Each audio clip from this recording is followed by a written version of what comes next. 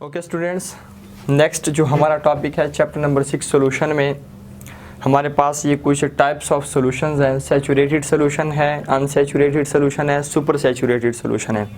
और ये जो हमारे पास तीनों टाइप्स हैं, ये टाइप्स हमारे पास हैं on the basis of saturation पे।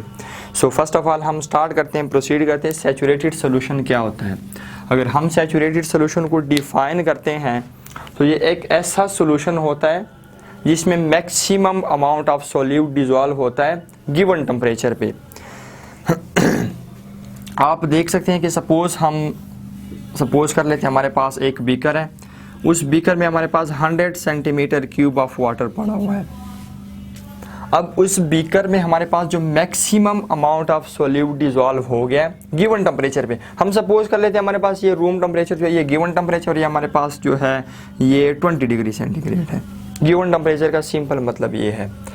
तो हमारे पास 100 सेंटीमीटर क्यूब ऑफ वाटर है, इसमें जो maximum amount of solute dissolve है, ऐसे सोल्यूशन को हम क्या कहते हैं, सैचुरेटेड सोल्यूशन कहते हैं। अब यहाँ पे पॉइंट हमारे पास है कि maximum amount of solute dissolve होने का क्या मतलब है। मतलब इस बात का ये है कि इसमें जितना सॉल्यूट डिजॉल्व हो गया वो हो गया, उसके बाद मज़ीद इसमें डिसोल्यूशन ना हो, इसको हम कहते हैं कि maximum amount of solute dissolve हो गया। सो ये हमारे पास सैचुरेटेड सॉल्यूशन की डेफिनेशन है। हमने सैचुरेटेड सॉल्यूशन हम प्रिपेयर कैसे करते हैं, प्रिपरेशन के हवाले से अगर हम सपोज बात करते हैं कि हमारे पास गिवन टेम्परेचर 20 डिग्री सेंटीग्रेड है, रूम टेम्परेचर पे आप काम करें वो आपका गिवन टेम्परेचर हो गया। आप बीकर में वाटर ले लें, आपने उसमें 100 सेंटीमीटर क्यूब ऑफ वाटर ले लिया। अब आपने क्या करना है, फर्स्ट ऑफ ऑल हम 1 टेबल स्पून शुगर ऐड कर दें। हम सैचुरेटेड सॉल्यूशन प्रिपेयर कर रहे हैं, 1 टेबल स्पून आपने शुगर ऐड कर दिया, वो डिजॉल्व हो गया। आपने सेकंड भी ऐड कर दिया, वो भी डिजॉल्व हो गया। आपने थर्ड वन भी डिजॉल्व ऐड कर दिया, वो भी डिजॉल्व हो गया। 3 टेबल स्पून आपका जो शुगर है वो डिजॉल्व हो गया। उसके बाद नेक्स्ट जब आप 4 चौथा डालेंगे या फिर 5वां डालेंगे, वो आपका डिजॉल्व नहीं होगा। इस स्टेज पे हम इस सोल्यूशन को क्या कहेंगे, सैचुरेटेड सोल्यूशन। मीन्स कि आपके पास एक फाइनल स्टेज ऐसा आ जाएगा कि उसके बाद मज़ीद शुगर, मज़ीद सॉल्यूट जो है वो डिज़ोल्व नहीं होगी। आपके पास जो सॉल्वेंट की एबिलिटी है जितनी वो ख़त्म हो जाती है, उसके बाद सॉल्वेंट मज़ीद सॉल्यूट को डिज़ोल्व नहीं कर सकता। सपोज़ हम कर लेते हैं, जस्ट हाइपोथेटिकल सिचुएशंस है हमारे पास, 3 टेबल स्पून ऑफ शुगर वो 100 सेंटीमीटर क्यूब ऑफ वाटर में डिज़ोल्व हो गए। उसके बाद आपके जो बकाया शुगर है, जो बकाया आपका सॉल्यूट है, वो यहाँ पे आके क्या हो जाएगा, यहाँ पे बैठ जाएगा। तो इस वक्त हम इस सोल्यूशन को क्या कहते हैं, सैचुरेटेड सोल्यूशन कहते हैं। प्रैक्टिकली हमारे पास बुक में एक पॉइंट लिखा हुआ है कि प्रैक्टिकली हम सैचुरेटेड सोल्यूशन उस सोल्यूशन को कहते हैं जिसमें हमारे पास डिज़ोल्व सोल्यूट और अनडिज़ोल्व सोल्यूट क्या होते हैं, इक्विलिब्रियम में होते हैं। अब डिज़ोल्व सोल्यूट और अनडिज़ोल्व सोल्यूट का क्या मतलब है, हमने यहाँ पे सपोज करते हैं 5 टेबल स्पून शुगर ऐड किया था। अब 5 टेबल स्पून शुगर जब हमने ऐड किया था, उसमें से जो 3 टेबल स्पून डिज़ोल्व हो गया, सैचुरेटेड सोल्यूशन बन गया।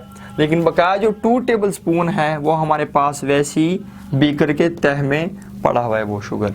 तो हमारे पास 3 टेबल स्पून ये डिज़ोल्व शुगर है, जबकि बकाया 2 टेबल स्पून जो हमारे पास है वो अनडिज़ोल्व शुगर है। तो प्रैक्टिकली सैचुरेटेड सोल्यूशन ऐसा सोल्यूशन होता है जिसमें हमारे पास डिज़ोल्व सोल्यूशन और अनडिज़ोल्व सोल्यूशन जो हमारे पास हैं वो इक्विलिब्रियम में होते हैं। इस सोल्यूशन को हम क्या कहते हैं, सैचुरेटेड सोल्यूशन कहते हैं। अब यहाँ पे हम कहते हैं कि हमारे पास डिज़ोल्व सोल्यूशन और डिज़ोल्व सॉल्यूट और अनडिज़ोल्व सॉल्यूट के बीच में डायनामिक इक्विलिब्रियम एस्टेब्लिश हो जाता है। अब डायनामिक इक्विलिब्रियम किसको कहते हैं, डायनामिक का मतलब होता है कॉन्टिन्यू होना। Dynamic means to continue. अब यहाँ पे आप देख सकते हैं कि जितना भी आपके पास सॉल्यूट डिज़ोल्व है, जितना आपके पास अनडिज़ोल्व सॉल्यूट है, ये क्या हो रहा है कि ये जो हमारे पास अनडिज़ोल्व सॉल्यूट है ये डिज़ोल्व हो रहा है, जो डिज़ोल्व है वो अनडिज़ोल्व में चेंज हो रहा है। इसी तरह हमारे पास डिज़ोल्व अनडिज़ोल्व में, अनडिज़ोल्व डिज़ोल्व में चेंज हो रहा है। तो आपके पास जो डिज़ोल्व अनडिज़ोल्व में चेंज हो रहा है उस प्रोसेस को हम क्या कहते हैं, क्रिस्टलाइजेशन कहते हैं।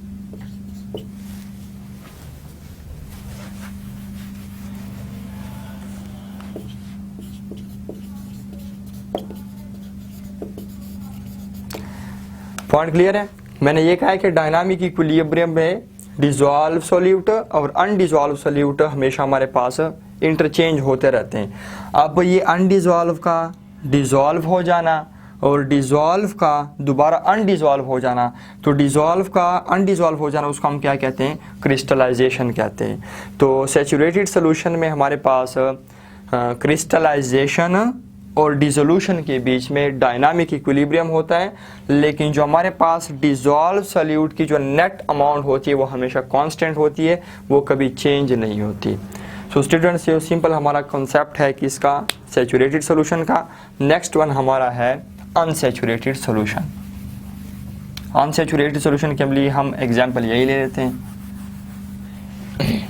देखिए, हमने अभी ये बात की है कि हम 100 सेंटीमीटर क्यूब ऑफ वाटर लेते हैं एक बीकर में, और हमने ये भी बात की है कि उस बीकर में हमारे पास कितना सॉल्यूट डिजॉल्वेबल है। हमारे पास 3 टेबल स्पून जो है शुगर वो इसमें डिज़ोल्व हो सकता है, इससे मज़ीद ज़्यादा डिज़ोल्व नहीं हो सकता। तो अगर आप 100 सेंटीमीटर क्यूब में पूरा 3 टेबल स्पून शुगर डिज़ोल्व करते हैं, इट मीन्स कि आपका वो क्या बन जाता है, सैचुरेटेड सोल्यूशन बन जाता है। अनसैचुरेटेड में क्या होता है, 100 सेंटीमीटर क्यूब ऑफ वाटर में 3 टेबल स्पून शुगर डिज़ोल्व करने की एबिलिटी है, मतलब कि ये इस हद तक डिज़ोल्व कर सकता है, इससे ज़्यादा नहीं। लेकिन अनसैचुरेटेड में हम क्या कर देते हैं कि सपोज हम 100 सेंटीमीटर क्यूब में 2 टेबल स्पून शुगर डाल देते हैं, तो अब हमारा ये कौन सा सोल्यूशन बन जाएगा, ये अनसैचुरेटेड सोल्यूशन बन जाएगा। हम अनसैचुरेटेड को डिफाइन कैसे करते हैं, ये एक ऐसा सोल्यूशन होता है जिसमें हमेशा हमारे पास सोल्यूट जो है वो लेसर क्वांटिटी में मौजूद होता है, और आप उसको मज़ीद सैचुरेट कर सकते हैं। अनसैचुरेटेड सोल्यूशन को आप मज़ीद सैचुरेट कर सकते हैं, क्योंकि मैंने ऑलरेडी एक बात ये बताई है आपको कि 100 सेंटीमीटर क्यूब में सपोज करना है हमने कि 3 टेबल स्पून शुगर डिज़ोल्व हो सकता है, इस हद तक हो सकता है, इससे ज़्यादा नहीं हो सकता। लेकिन हम 3 टेबल स्पून नहीं कर रहे, हम उसमें 2 टेबल स्पून शुगर डिज़ोल्व कर रहे हैं, इट मीन्स कि इसमें 1 टेबल स्पून मज़ीद भी डिज़ोल्व हो सकता है। तो इस किस्म के सोल्यूशंस को हम क्या कहते हैं, अनसैचुरेटेड सोल्यूशन कहते हैं। सो हमारे पास ये भी पॉइंट क्लियर हो गया। थर्ड वन जो हमारे पास है वो है सुपर सैचुरेटेड। सुपर सैचुरेटेड भी हम यही एग्जाम्पल से ले लेते हैं।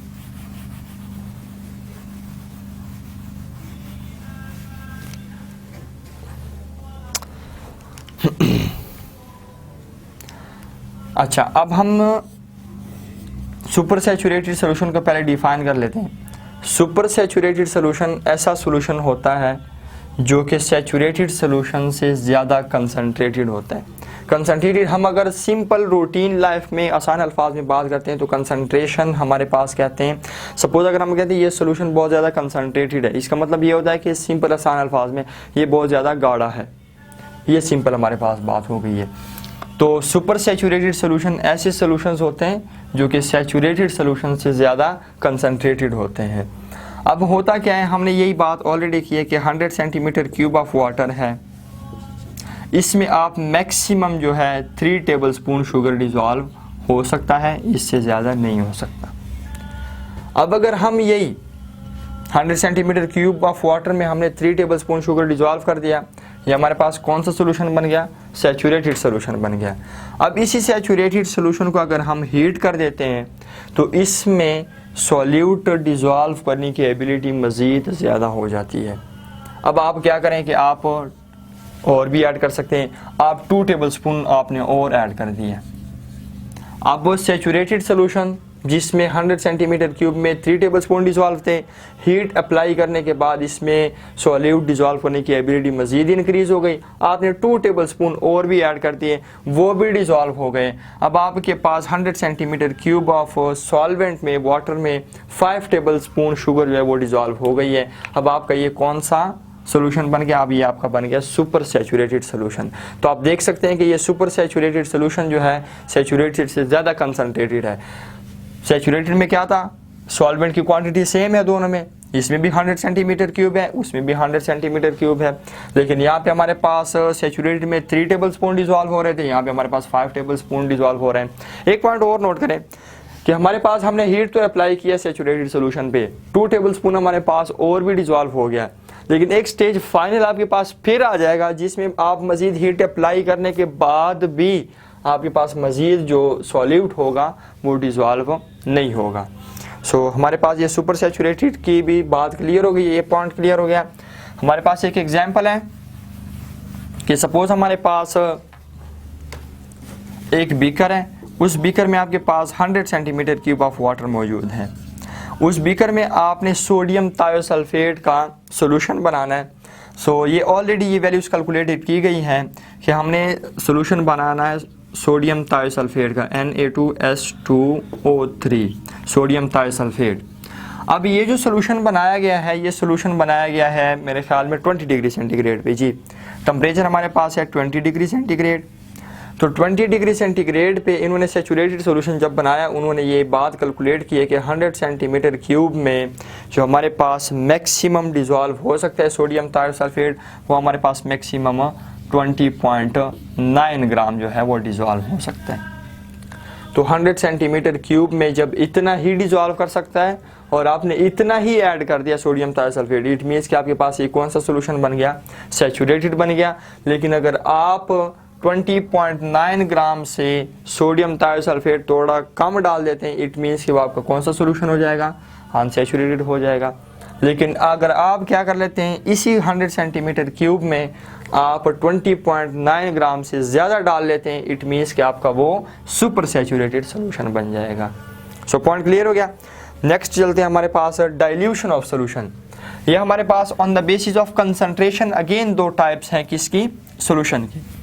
So on the basis of concentration solution की हमारे पास दो टाइप्स होती हैं। एक होता है हमारे पास डाइल्यूट सॉल्यूशन, एक हमारे पास होता है कंसंट्रेटेड सॉल्यूशन। मैंने आपको ऑलरेडी ये बात बताई है कि डाइल्यूट हम कहते हैं पतले को, और कंसंट्रेटेड हम आसान अल्फाज में कहते हैं गाढ़े को। बात क्लियर हो गई है। अब हमारे पास सपोज दो बीकर हैं, दोनों बीकर में हमारे पास जो लिक्विड है, जो वाटर मौजूद है, जो सॉल्वेंट हमारे पास है वो है 100 सेंटीमीटर क्यूब। इसमें भी हमारे पास 100 सेंटीमीटर क्यूब है। पॉइंट क्लियर हो गया। अब हम क्या कर लेते हैं कि हमारे पास इस 100 सेंटीमीटर क्यूब में, इस बीकर में हम क्या कर लेते हैं, 2 table spoon of sugar dissolve करते हैं। लेकिन इस वाले में हम क्या कर लेते हैं, 4 टेबल स्पून डिजॉल्व कर लेते हैं। तो हमारे पास होना क्या है, इस सोल्यूशन को हम क्या कहेंगे, डाइल्यूट सोल्यूशन कहेंगे as compare to this one, और इस सोल्यूशन को हम क्या कहेंगे, कंसंट्रेटेड सोल्यूशन कहेंगे as compare to this one. So dilute solution क्या, कौन सा सोल्यूशन होता है, ये ऐसा सोल्यूशन होता है जिसमें सॉल्यूट की क्वांटिटी रिलेटिवली कम होती है। यहाँ पे हमारे पास एक वर्ड आ रहा है रिलेटिवली। रिलेटिव मीन्स आपने रिलेट करना है, आपने रिलेटिव बात करनी है। रिलेटिव कैसे, कि हमारे पास ये सोल्यूशन डाइल्यूशन है as compare to this one. बात मेरी फॉलो कर रहे हैं आप, इसके साथ इसको रिलेट कर रहे हैं। क्यों डाइल्यूट है, क्योंकि यहाँ पे हमारे पास सॉल्यूट की क्वांटिटी ज़्यादा डिजॉल्व हो गई है, सॉल्वेंट की क्वांटिटी हमारे पास दोनों में सेम है। सो पॉइंट क्लियर हो गया। हम कहते हैं कि ये जो हमारे पास कंसंट्रेटेड सोल्यूशन है, पहले उसको डिफाइन कर लेते हैं। कैसे डिफाइन करना है, ऐसा सोल्यूशंस होता है जिसमें हमारे पास सॉल्यूट की क्वांटिटी रिलेटिवली ज़्यादा मौजूद होती है। अब रिलेटिवली का क्या मतलब है कि हमारे पास ये कंसंट्रेटेड सोल्यूशन है as compare to this one, क्योंकि इसमें जो सॉल्यूट की क्वांटिटी है वो 4 टेबल स्पून है, तो as compare to this one उसमें जो सॉल्यूट की क्वांटिटी रिलेटिवली ज़्यादा है। सो ये सिंपल हमारे pass on the basis of concentration solution की 2 टाइप्स हैं।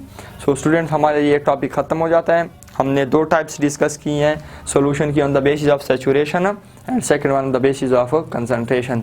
नेक्स्ट इंशाल्लाह हम कंसंट्रेशन यूनिट के टॉपिक को नेक्स्ट लेक्चर में डिस्कस करेंगे।